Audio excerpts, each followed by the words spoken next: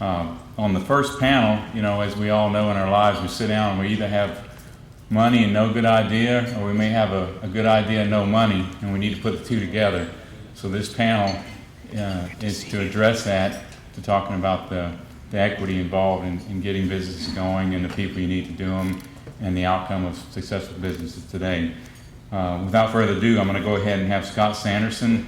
He's the managing director with Farley, Turner and Company. He's going to be the moderator for this session, and I'll let him get started so we can stay on track. Thank you.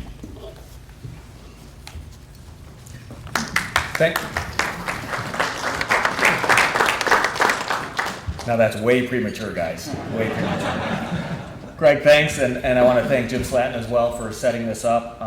As Greg said, we're here to talk about private equity and oil and gas equipment and service company entrepreneurs. As he said, sometimes there's money chasing deals, sometimes there's deals chasing money, and we're here to put them together.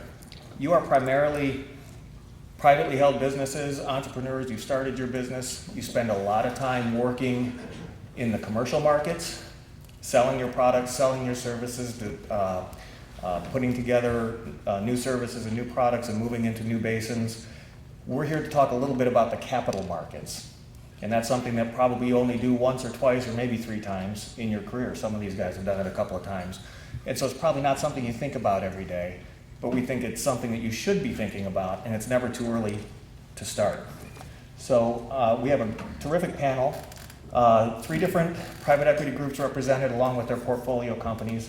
To my right, my far right, is Michael Castellarin. He's a managing director with Clairvest. And Ted Hogan is the CEO of their portfolio company, Light Tower Rentals. Over here is John Griggs. He's a managing director with CSL Partners, and his CEO is Scott Dingman, who is the CEO and founder of Delta Subsea. And then to my far left is Michael LeBourgeois with natural gas, NGP Energy Technology Partners, and John Cabot, who is the CEO and founder of Covenant Testing. Talk a little bit about each of these groups. Clairvest is a $1.2 billion, that's billion with a B, dollar private equity fund based in Toronto. They provide equity capital to a number of different businesses in a number of different sectors, and Michael actually leads their energy division, and as well as environmental and waste. So they're very well known and very busy in the energy and energy services business. Ted is a classic serial entrepreneur.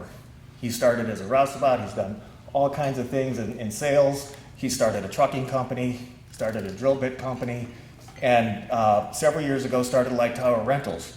And he and his partner did a deal with Michael and Clairvest several years ago, and I'm going to have them describe how that's gone. John Griggs runs CSL Energy out of Houston. They also have an office up in Greenwich, Connecticut. They're energy focused also. And John joined in 2011, I believe. Yes. Out of D.E. Shaw, and John's had a career in energy finance with Simmons and some other companies in his career. And his CEO is Scott. Scott Dingman is a marine guy, kind of through and through, right?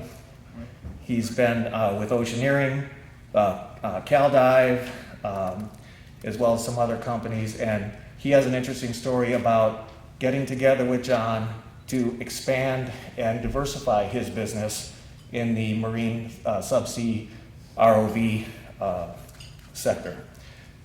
And to my left, Michael LeBourgeois and John Cabot. Michael is a managing director with NGP Energy Technology Partners. They're a $500 million fund affiliated with NGP, and they specialize in they specialize in energy, technology, environmental, alternative energy, things that are sort of have a little bit of a twist, and that twist is almost always oriented towards growth. They have a unique situation with John, because John is a CEO of Covenant, and that's actually a startup. So more often than not, private equity groups will partner with or purchase equity in a going concern company. In John's situation, it was actually a brand new company that they started up. So I'm gonna ask them a lot of questions and have them speak, but before I do, I wanted to just give some background on what private equity is and kind of how it works to frame up the questions that we'll talk to them about shortly. So private equity is dedicated pools of capital whose only reason for existence is to buy and partner with companies like yours, okay? They generally buy going concern companies, as we said. In some cases they'll fund startups, but they're dedicated funds. And what that means to you is that there is a ready, willing, able, and ample source of capital out there for you. A lot of times entrepreneurs might think, well, when it's time to sell, I've got to sell to one of the big boys. And that really isn't true. The big boys may be there, they may not be there. They may have a different priority at the time when you're looking to sell or you're looking to partner, but what we do know is that these private equity groups are always looking to buy. That's their MO. So another difference between a private equity group and a large public company or strategic seller is they have a time horizon. They raise money, they deploy money, and then they harvest money. Usually for an entrepreneur, that's a 3 to 5, maybe 7-year time horizon, and you roll some of your equity into that deal. So you generally won't sell 100% of your company. You'll sell 60%, 70%, 80% of your company, hopefully grow it over that hold period with the private equity group, and then there's a second exit for you. In some situations, that second exit is even bigger than the first. Generally speaking, private equity groups are there to support you. They're not there to operate. They're not there to be your salesman. They're not there to be your vice president of safety. They're there to help and to support from a board level. They're there to provide capital. They're there to bounce ideas off of with respect to growth, with respect to new markets, maybe with respect to acquisitions. So as managers, before the transaction, you're still managers after the transaction. So management is still management. There's money in and there's money out. If a private equity group is going to come and make an investment with you and partner with you, some of that money generally is earmarked towards growth. It's earmarked towards a new location. It's earmarked towards new equipment. It's earmarked towards an acquisition. So some of it is for growth, and then some of it is put in your pocket. Some of it is liquidity for the entrepreneur. So there's growth capital and there's cash out in most of these transactions. Another thing that they do is they will use financial engineering and leverage to help supercharge their returns, so to speak. So a lot of entrepreneurs are very hesitant to use bank debt and to use leverage. You've been burned by cycles before. Maybe it's not available to you because these guys have hundreds of millions of dollars of capital available and lots of relationships in the capital markets. They can often get debt at better terms and at reasonable levels to help supercharge the growth. But that does mean that in the future, going forward, post-transaction, you may have a few other things to manage in addition to just sales and margins and growth, and those are banking relationships. So, U.S. private equity. There's about 1,000 of these groups out there, or over 1,000 of these groups out there. When I say that they are in the business of deploying money, that is really all they do, okay? In 2012, there were about $375 billion worth of transactions in the private equity world alone.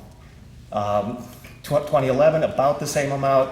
2010, just a little bit less. And you can see in 2009, coming off of the 2008 financial crisis, it was a pretty slow year. You can also see that it's often fourth quarter heavy. A lot of times people try to get those last deals done right before the end of the year. But there's over 1,000 groups, deal-making jumps, and generally fourth quarter loaded. So raising capital and deploying capital is the lifeblood of a private equity firm. Right now, the cumulative amount of undeployed capital The difference between the capital that they've raised and the capital that they've deployed stands at just over $300 billion, and that's unlevered, that's without the debt. So there's a lot of capital chasing companies like you out there. So one of the things that's happened with this is we're talking to three groups here today that are very well established in your business, in the oil and gas equipment and services fields. Because of what's happened here in the lower 48 in the last couple of years, and because of this $300 billion overhang, there are a lot of private equity groups that, a lot of those 1,000 that haven't historically invested in oil and gas equipment and services who are now starting to look into it. We call them sort of garden variety private equity groups. There's a lot more chasing businesses like yours. That's not always good news for these guys because they have to compete a little bit more for the businesses, but there's a lot more out there and a lot more open minds to businesses like yours these days. So how do they distinguish themselves? Everyone is a little bit different. Some of them will distinguish themselves with industry knowledge and industry expertise, and we have three of the best right here today. Sometimes they'll put together and aggregate portfolio companies in related industries and related services and try to build synergies, either pull through sales synergies, back office synergies, things of that nature. Some will differentiate themselves by allowing deals with a minority interest where you actually keep control. Most will say they have to get at least a 51% controlling interest in the company. And Michael and Claire Best are one of the unique ones that do minority deals all the time. Some firms will get a little bit more involved in operations. A lot of private equity firms will have retired executives who have been in the industry before, can help coach entrepreneurs take that company from 30 million to 80 million, then from 80 million to 150 million, kind of tell them what it takes, what you have to do infrastructure-wise, safety-wise, financially, and things of that nature. So sometimes there's operational support. Some groups are bigger than others. In some cases, size matters. Most groups, though, that if they find a company that they really like, they'll partner with other groups, and these guys will get together in some cases to bundle on bigger deals. Geography, most of the groups that we're talked to and talk about are North American based and North American focused, but some of the bigger ones definitely look to overseas growth and overseas opportunities. South America's been kind of hit or miss. Europe has been a little bit slow lately. Everyone talks about China. China deals always get a lot of headlines, but there are very few of them that get closed for the number of deals that get talked about. And then sometimes you find yourself in a financial distress, whether it's an operational issue or more often than not it's a balance sheet, strictly a balance sheet issue with a healthy company. Some firms will come in and restructure the balance sheet for you, get you back on your feet, and turn the company around. So if you find yourself in a situation like that, there are still options for you. So we think that partnering with a private equity group can be the most attractive method of succession planning, business continuity, personal financial planning for the privately held business. And among the reasons for that is when you sell to a private equity group or you partner with a private equity group, you keep your company, you keep your name, you keep your brand, you keep your image in the marketplace, you keep your customers, and you keep your people, and it's your vision and your plan that gets extended with the help of the private equity group. So the people, the management, the brand, the customers all stay in place. As we said, there's an opportunity for that second bite at the apple when the private equity group makes their exit. The capital for growth does not have to come out of your pocket anymore. So you're probably used to growing your company with your own money, with your own capital, taking that risk, maybe taking out some bank loans. The beauty of being with one of these professional groups with the capital behind them is that they stand behind all of that for you. It eliminates any personal guarantees you might have on debt that you have, and you get to partner with a knowledgeable partner who's got the assets to support you and aligned interests. How do you prepare to do that? You don't just pick up the phone and look in the yellow pages under private equity groups. The first thing I think is really important is that you really understand and get a deep knowledge of and a sophisticated understanding of where you're making money. Are you making money in this basin or in that basin, this service or that service? understand your customers, understand your margins by service line, your margins by region, your margins by basin. All of that has to be articulated to the private equity group. Understand these guys are mostly financial and you guys are mostly operational. They're going to ask the financial questions, so you need to have those analytics prepared. Clean books and records. Financial audits are very, very helpful to get through the diligence process and to get to a close and to give comfort to both sides. A financial audit is a major plus. You have to have a CFO, and you have to have clean books and records. The depth of your management team. A lot of times, especially in smaller startup companies, the company is the CEO. And that's always a risk for an investor, for a private equity investor, to know that there's one guy that sits at the top of the house and there's not a whole lot supporting him, not a whole lot supporting the operations, the sales and the growth is a risk factor for the private equity group. So don't be afraid to build your team. Diversify. Diversify your customers, diversify your markets, diversify your basins. Again, that's a risk factor for the investor. If you're all in the Marcellus shale and gas goes to $3.20 and they start moving rigs out, we've got a problem. So the more you can diversify your customer base, the more you can diversify your services, the more you can diversify your regions and your geographies, the more you take those risks off the table. And of course, the last one's that, I guess it's obvious, create barriers to entry, create barriers to competition wherever you can, and that will help, again, minimize the risks that the private equity investor might perceive in your business. So that's my quick and dirty, what is private equity, how does it work, what might it mean to you? And what I'd like to do now is just turn over invite the panel in for some questions, and I might start over here with Michael and Ted. And maybe ask Ted, what has been different for Light Tower Rentals before the transaction and after the transaction with Clairvest? Scott, I think you covered a lot of it up on the screen. That we were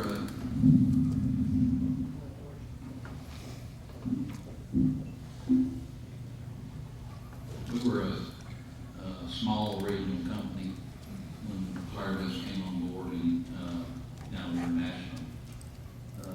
Big company is what I like to say. And, a lot of what the company did, as you said, the financial reporting and stuff. So we've done what I call professionalized our business. We brought stronger executive management teams. And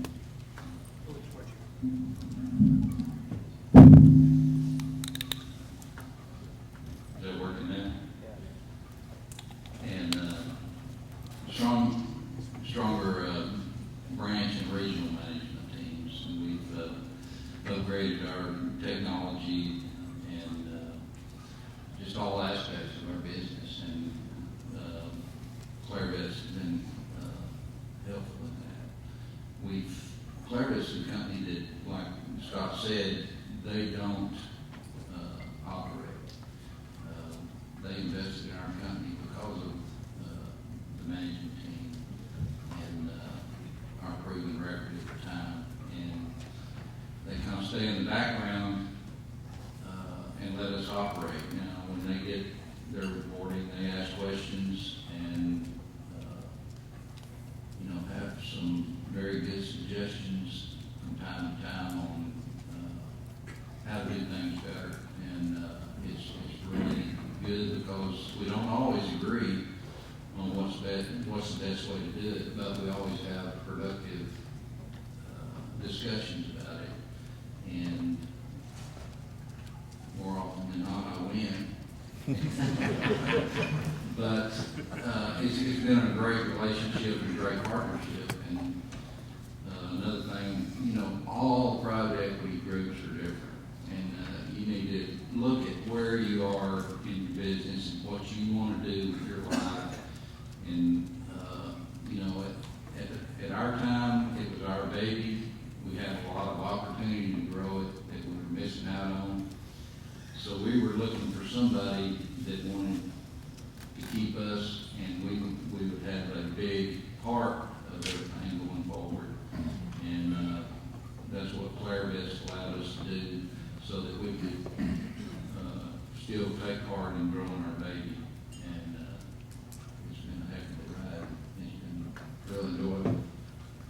Michael, have you put more money into the company since the first transaction, and how has that worked? Yes, so the first transaction was completed in January of 2008, and, I think, one of the parts of choosing a partner, and you've got some terrific, firms on the panel with experience, you need a partner that understands what the cycle can be like. And so coming out of the cycle in the end of 2009 and early 2010, when it wasn't so clear as it is now, how things are going to play out, Ted and John, co-founders of LTR, along with Claritas, put additional capital in, not for any banking reasons, because we were very conservatively levered, but for growth capital. And we bought significant new equipment to expand at that time in the RV and Marcellus Shale. So I think one of the benefits of having a private equity partner that has some experience is the cyclical nature of this sector. And I think where you can make a lot of money is in the cycles. So we did put more money. And being able to weather them, right? And being able to weather them. Okay. I'd like to turn over to Scott Dingman. Scott, you said you had an interesting story with Delta and kind of where you were before you met CSL and the process you went through before you hooked up with them. You said there was a bit of a dance you were doing with a number of groups. Maybe you can explain that to the You group. can say that it was a little painful. I had a formed company in 2004 called Delta Marine Technologies, which was a core consulting engineering company. I was able to raise that to somewhere around 17, 20 million in annual revenue, but saw a strategy where I wanted to become a service contractor in the industry. This had some barrier to entry. It's not so much on the technical side, or the knowledge side, or the network side, but more so on the capital intensive side. I had raised and saved enough money myself to buy that initial capital equipment, but needed somebody to partner with me to be able to support me in the background, build the group, build the infrastructure, network, much smarter people than myself on the financial side of the industry. Like they said earlier in the presentation, I bought all the working tools at the table myself and my existing 10-year team, but it was a new business unit that was capital extensive. Without the private equity funding, which took about 22 months to find the right partner, I interviewed 85 equity companies.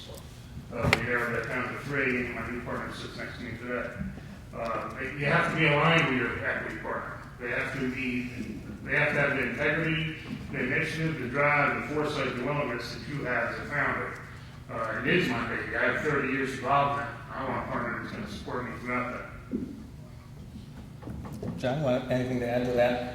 Being the winner out of 85 different groups? Pretty impressive. Well, it is. All these comments are great from the panelists, but I would say, so with our firm, our niche was we really like to build businesses in the context of are we hands-on or hands-off. We tend to be a little more hands-on. We also tend to start small more often than not. I think the royal we at my firm have started 7 different oilfield service and equipment companies in the last 5 years or so. And we tend to have bigger ideas. So we started with wanting to be relatively big companies, and so that just takes some manpower. So we try to add value wherever we can. So I'd say that's kind of our modus operandi is to build, and over time we found ourselves with increasing. So we have a fund, $300 million, and like anybody that knows stocks and bonds, you try to be diversified to a degree. We're all energy, so it's hard to be real diversified. So the way you do that is say we're onshore, offshore, U.S., international, some drilling, some production. Some aftermarket services, some manufacturing service, slice it and dice it. And we found ourselves really exposed to onshore drilling and completion services. And so we started a dedicated search, which is what we do at our firm. We work pretty proactively to try to find things that we think are thematic or interesting trends, and we do it in order to talk to our portfolio companies and just to people that we think are a lot smarter than we are. So we want to be offshore. If you want to be offshore, you want to be in deep water. You can find a way to do it. We're a fairly small fund. If you want to be offshore, you're either buying junky old assets that somebody's trying to unload. You're buying really, really big, sparkling, brand new assets, but they're way too big for a fund like us, or else you're buying a science project. And so we talk to tons of entrepreneurs, tons of investment bankers, lawyers. It's just saying we're trying to find these businesses, and ultimately we were introduced to Scott. And he had a really neat idea, wanted to build an ROV services business to compete with the Oceaneers and Canyons of the world. He wanted to build a global business, so he had big aspirations, but it was something where you could kind of stair step the capital into, and really importantly, he wanted to roll over an enormous chunk of his existing business, the equity that he built up into our new business, and so we viewed it as he was all in. We were really, really aligned. So it checked a lot of boxes. It was a business building exercise, which we like to do. We had an aligned entrepreneur with great experience.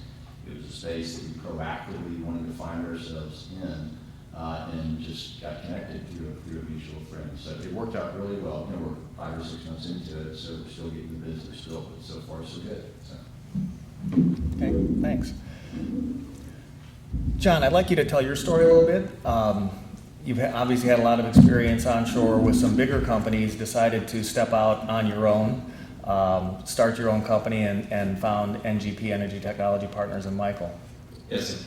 Kevin is basically a team of seasoned, managers that we all have existing relationships with our respective clients and our field hands as well. And so, and ultimately, we felt like there's inefficiency in the larger OFS companies that we work for, and that there's a tendency over time to commoditize their people. And and that's something we felt like we could just do on our own and sort of exploit that inefficiency in those bigger companies. And so we began to just talk internally with our team and make some connections through guys we knew. And then ultimately we believed that the best way to go out to the market was completely greenfield, because culture was more important than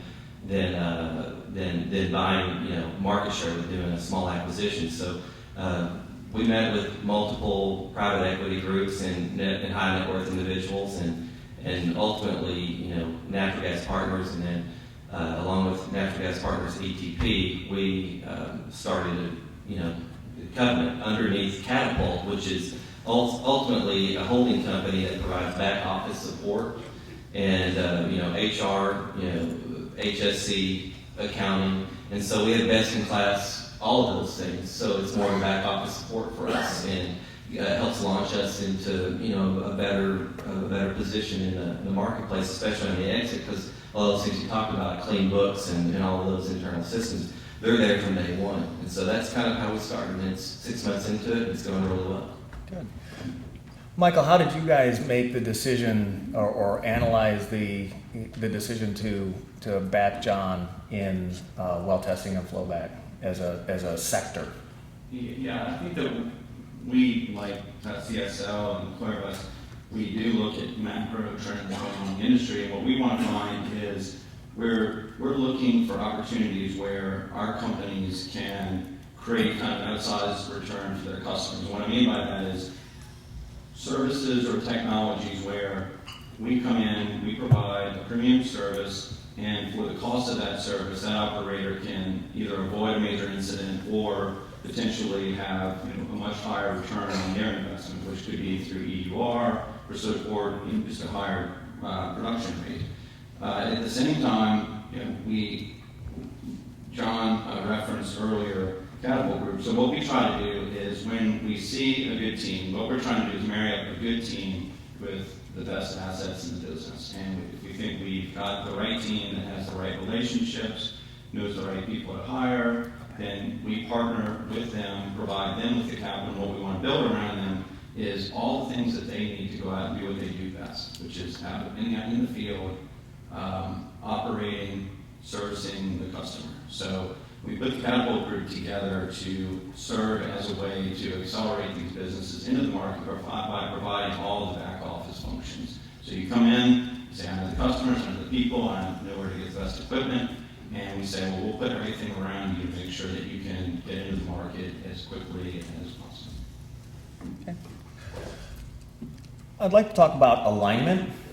Michael and Ted, very important that the entrepreneur who is rolling his equity is aligned with the private equity group, not just financially and economically, because obviously both have shares of the same company, but also strategically. And is there any tension between an entrepreneur who wants to grow versus a private equity group who's more return focused, or do those things always marry up perfectly? Well, let's start with the first part. And in Clairvest's case, we take alignment, very, very seriously, to the point where we're really actually the largest investor in our own funds. So the first comment I'd make is Clarivest puts up 25% of the money in every deal that we do, and that's the board and management of Clarivest. That's the people of Clarivest, That's not just the people of fund. Clarivest.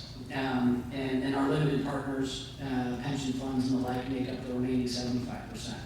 So we try and walk the talk. And as you alluded to earlier, Clarivest, the very first and foremost for us, there's no substitute for our partners, our operating partners having significant skin in the game as far as getting to alignment.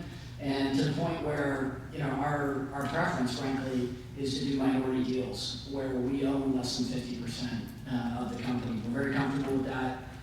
We've done probably about 60% of our deals since 1987 have been deals where we own less than 50%. So I think that's a critical part of achieving alignment. From the perspective of, a return-focused private equity firm versus a growth-focused entrepreneur, and how do you get strategic alignment, let's say, not financial alignment, to me, I think, nothing substitutes for communication and face-to-face communication. So we spend, we're on a weekly call with LTR, and we're over 6 years into the deal, and we maintain that. But in addition to that, measurement across all aspects of the business, both financially and operationally, is also a critical tool to go with communication, because it's far easier to have data-based, fact-based conversations around returns and growth and how those can both work together and frankly conflict with one another. If everyone's guessing and going on gut instinct and feel, whether it's the private equity firm or the management team, you're going to ultimately have disagreements around growth and returns. And so that's why reporting and improving the reporting in companies, and as you mentioned earlier in one of your slides, getting at profit by product, profit by service, profit by basin, and return on capital in those ways. Those things are all critical in a capital-intensive industry like the oil and gas sector to avoid disagreements as you're talking about. I was going to ask Ted, did you have that infrastructure in place before the deal to be able to run those analytics, to have sort of a weekly snapshot of where you're going, or is that something that got built over the last few years since you've been partners with Clarivest? We did not have it in place, and it's definitely something we got built since then. I always thought I knew quite a bit about financing and how to track what was going on in the company until Clarivest came on, and I was fortunate to hire a CFO that had been involved with a prior Clarivest company that had sold, and he was out of a job, and he understood Clarivest and what they expected, and has taught me a lot. No, we didn't have it, but now we do. How was the transition? I mean, putting in new IT systems, new reporting systems, new ways of looking at the businesses. Sometimes entrepreneurs suffer a little tissue rejection from especially if they're imposed. Old guys like me were kind of set in our ways. But, the technology is not my forte, so we put people in place to improve that part of it and guide that part of the business along. We, change is always hard, and it's all in the way you sell it. So you have to, and Clarivest has been real good on helping us sell and be able to convey to our people, the reasons for doing things, and that's part of the help that they give us. Okay. John, I'd like to ask you too, with respect to Delta and respect to other portfolio companies, how do you view add-on acquisitions versus organic growth? I'm sure there's no one right answer, but how are you looking at that strategically as you look to grow your portfolio companies? Sure. So it's an excellent question. It's one that's real relevant almost from day one when we get into businesses. So at CSL, we do, like I mentioned earlier, we do more often than not build businesses that have a business plan that they need to execute on. So there's a bunch of milestones that are almost entirely organic. However, you get to, and that's also not all we do, but you get to a point in those businesses or in other situations where you're buying a mature business where you do want to look at some competitor or somebody has a particular product or something to give you a bigger share of wallet of the company that you just bought. to allow you to, hopefully get some sort of synergy where you're gonna make more money and 1 and 1 will equal 3. So we as a firm, we tend to love the cycles, as Michael mentioned earlier. I think about trying to buy somebody else's business when maybe it's at the bottom of the cycle or towards the bottom of the cycle and being more opportunistic. I'd say it's nice, a lot of our businesses are really under leveraged, and so it allows you a little bit of dry powder and maybe some conviction to buy somebody else's business at asset value or buy his assets at replacement cost as opposed to the whole business. But it's also something too where you gotta make sure you have the right CEO and the right, hopefully CFO and operating team, and frankly, the right private equity firm, because it's obviously not easy to buy a company. A lot of things can go wrong. And the easy part is buying it. The hard part is integrating it and retaining the talent and everybody else that you just bought. So I would say that that's something that probably going into the deal, you need to kind of have your head on straight with your partner, your private equity firm, or in my case, with my management team, on, if we're going to buy anybody, have you ever done that before? Has your CFO ever done that before? Have you ever, kind of written a letter of intent yourselves, or is it something that we're going to all be learning, together the first time? So I'd say there's a lot of facets that go into it, but it's obviously one of the tools in a private equity firm's toolkit that we tend to rely on quite a bit. John, I'd like to ask you, as you described some of the back office support that NGP, Energy Technology Partners, is providing. I presume that's giving you a lot more flexibility to really look out to the markets and to customers and to grow and to start building your asset base and locations and so forth. What kind of pace do you see that you can achieve with your partnership with NGP that maybe you couldn't have if you were just with someone who didn't have some of that back office and that infrastructure support? Well, number one, I think that just from an aspect of time, it probably saves you 6 months to a year of development. And then on the back end, especially on the exit, I think that if you put, for instance, a sophisticated ERP in place that's capable of managing multiple sites across the country, as opposed to just QuickBooks, for instance, and you outsource your accounting to somebody that may or may not know what kind of books that they need, and you've never gone through an audit process, and then it establishes a lot more value for the enterprise on the back end, I think, and so it saves you time and energy on the front end, and we hope that it provides value on the back end. So far, it's done really well. I think that's the big picture. The other side of it is that Catapult has some people that are working for them that basically are out of our range from a standpoint of being able to afford them, and so they provide us a lot of consulting and expertise that we would not even know existed, to be honest with you, because maybe we didn't have exposure to that. From IT and HR and accounting, specifically, has been really helpful. Okay. Scott, I think it might be a little early since you just closed your deal with CSL, but we're bankers, so we think it's never too early to think about your exit. I'd like to know kind of where do you think this thing goes if you have the crystal ball in 4 or 5 years? Yeah, I mean, I started thinking about exit when I was 18. But that's a good question. One of the reasons that Catapult needed to look for the equity investor was, I've been doing this 30 years. I love the oil and gas industry, but I don't want to be here when I'm 75. So exit strategy certainly was part of the thing, and it was hard for me to think of exit strategy with my legacy company of people and paper. People walk, paper's as good as the next lawyer. So that's kind of what forced me into let's get some tangible asset for exit strategy. So the exit strategy certainly is to build a best-in-class ROV solutions provider for the oil and gas industry today, second to none. It's easy for me to do that with our reputation, our network, and best-in-class equipment. But coupling with the private equity, they have a much larger network. I think that we'll see several exit strategies in the Delta model. I believe that competitors will look very hard at us here in the first 36 months, and they're already taking us very seriously. this could force either to co-invest, which could be a sort of exit strategy, or continue on to a 5-year exit strategy where another investment company takes over from CSL and maybe pushes CSL out to co-invest, or pushes myself out, or keeps me on board for a second bite of an apple per se. I think there's 2 or 3 bites of apple here, and then I'd like to take a little bit of break and continue on to serial entrepreneur and start another business. It seems like it's in your blood. Michael, how much does the exit question enter into your decision when you make the initial investment?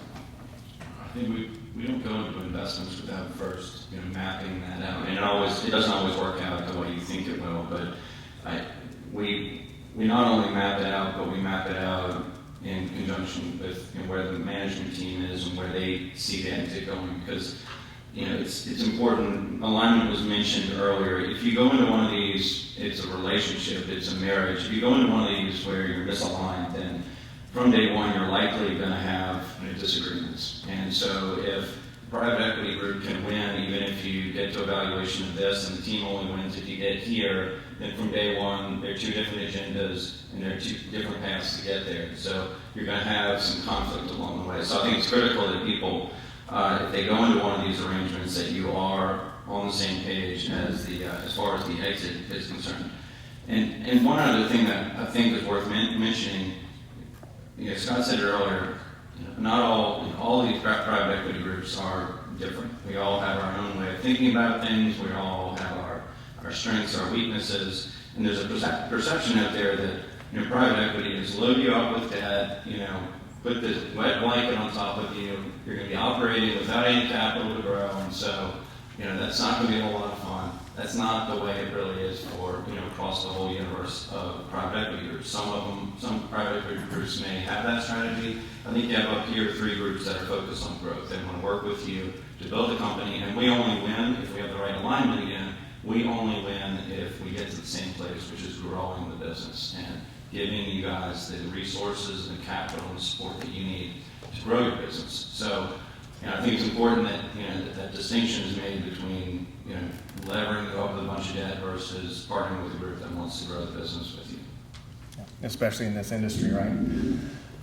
Mike, I'd like to ask you what other sectors within oil and gas that you're looking for that you think have a lot of running room here over your next time horizon. Where do you find the next group like LTR that you can take from here to the next level? Sure, a couple of examples. Certainly, we like the rental model in a number of applications. And one of the reasons we're at this show is obviously taking a long look at that as it pertains to the Gulf, where we all believe there's significant upside potential for 5+ years. Another area that we spend quite a bit of time in is well servicing, oil field waste management. So those are probably 3 examples of areas where 3 of us at Clarinvest have put in quite a bit of time and energy with outreach efforts similar to what was mentioned earlier. John, how about you? Are you looking for any sectors or markets in particular? Yes, so we have about 8 people on our investment team. We have 6 active investments that we're managing right now. I mentioned before, we're hands-on, so I would say we're real focused on our portfolio and on actually adding on to our portfolio, meaning finding some other opportunities that we can tack on with some of these or organic growth projects. So I'd say we've been real heads down, thumbs up, focused on that.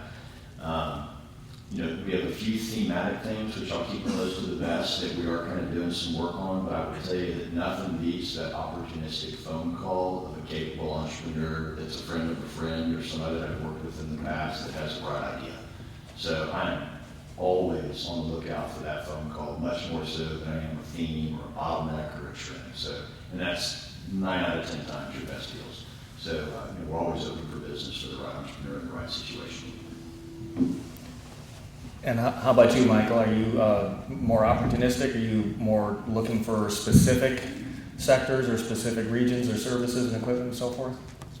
I think that, like John, we are opportunistic where we're looking for that referral from someone that comes in and says, I have a friend who's best in the business at X or Y, and I think you should talk to him. So we're always open to that. With John, we met John, and we do a lot of due diligence. We do a lot of upfront work, and being in oil and gas for 25 years, we know a lot of people, and so we'll call around and we'll ask about John and his team, and we'll ask what their reputation is, who do they know, where are their strengths and weaknesses. And what we heard on John is that John is best in class at well testing and flowback, and he has the right relationships and he has the right people. And as I said earlier, if we can take a team led by John and we can put them together with the resources and the assets that they need, that has for us translated time and again into a very successful deal for us. One thing that we liked about John's situation is that it's a mission critical operation. These well testing flowback can be a very dangerous business, and when we talk to the operators, the E&P companies, they are hyper focused on, we want to make sure that we have the best equipment on site, and we have a group that's very, very experienced and focused on safety. That for us means that there's probably a pretty good likelihood that they can compete against, my apologies to the big service companies if you're in here, but companies that are maybe not as focused, and we can come in with a very specialized company, and that's all they do, that's all they think about. They eat and sleep that particular service line, and you can go to the customer and say, that's what we're good at, and we're going to come and we're going to take care of you. I think that for us is what really attracted us to John's opportunity, and that's kind of what we'll look for in the future. John, maybe you can describe to us, you mentioned that your background and your relationships and your history in the industry and your customers gave you the confidence that you could go out there and sell in that marketplace. You had people, and you had an approach to doing business that you thought was a winner. I assume at some point that evolved into a fairly complicated business plan with a whole bunch of assumptions about how fast, about where, about how much capital that you were going to deploy and over what time period and so forth. Can you describe the process of putting together a business plan at that level of what I presume is a pretty significant level of detail in order for Michael to get his arms around it, and probably Tom as well? It was a process, and it actually took about a year, to be honest with you, to work through all because we met with several other private equity groups, and timing is critical on that because clients have different programs that phase in and phase out, and then certain relationships were they came in last minute, and then some fizzled out, and so having the team all at the right time, at the right place, with clients ready to go. It's difficult to forecast. We were fortunate, and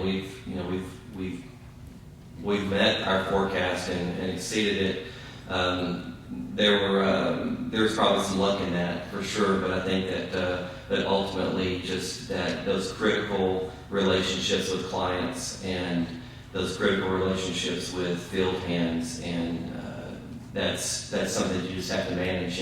And we were able to do a pretty good guess, and it seems like it's worked out so far. I think it's just about having the right team, and then having the right equity sponsor that you trust enough, and they trust you enough to where if there are some details that are missing, that we just trust each other to work through those if there is a snag. Mm-hmm. And so far that it's been our best win probably to give Michael and his group a promo. I'm telling you that being with the right equity sponsor is critical, and so they've been fantastic for us, and the relationship has been made that forecasting easy actually. So. Good. Well, these are definitely three of the best. I want to ask one more question of Michael and Ted. We talked a little bit about this industry. Everybody knows it's cyclical. It can go up and down. It can also be regionally cyclical, as we experienced over the last couple of years, particularly in the Northeast. Ted, how did that market event impact you guys, and how did you adjust? Well, it's the dry gas is yes. what we're talking about, and we were all in those regions.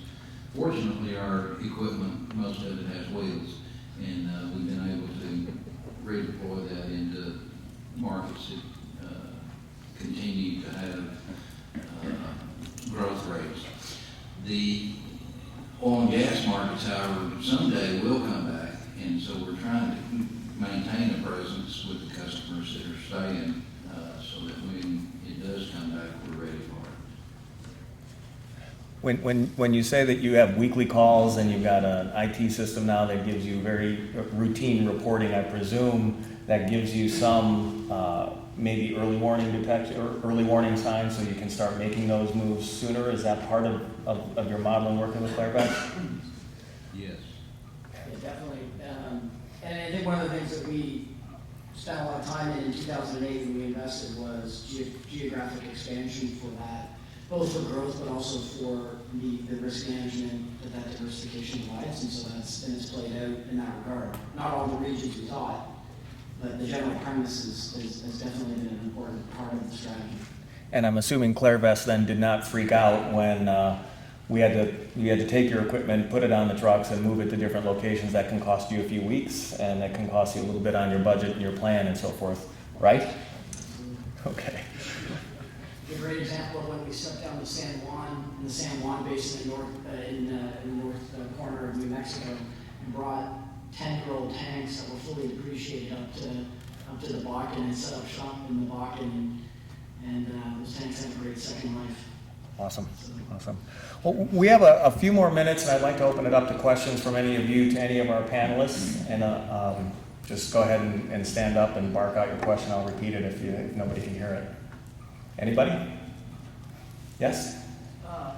Kevin McKay. I think what the room would be nice to hear from some of the platform companies up there is that, or from the equity stock, what is a good monetary level? Some of these best owners in the room, I'm sure, are seeking at what monetary level they need to be at, or to be even looked at from a standpoint of selling or something like that. So that would be helpful. Okay, we said earlier on that size might matter. Kevin's question was how big do you have to be before you can really get the attention of one of these groups? And maybe I'll start with Michael. So, John's at 0. One's at 0.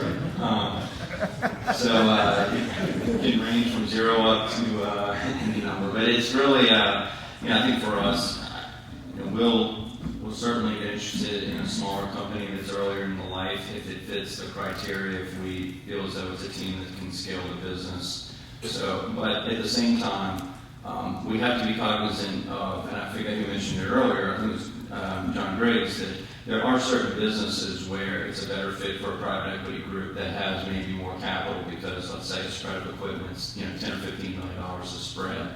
And for our fund, we invest up to $20, $25 million, so we can get you a spread and a half. And so that's going to be difficult for you to scale from there without using leverage or another group to come in. So I think you need to be mindful of what the capability of the private equity group is as far as funding your individual business plan.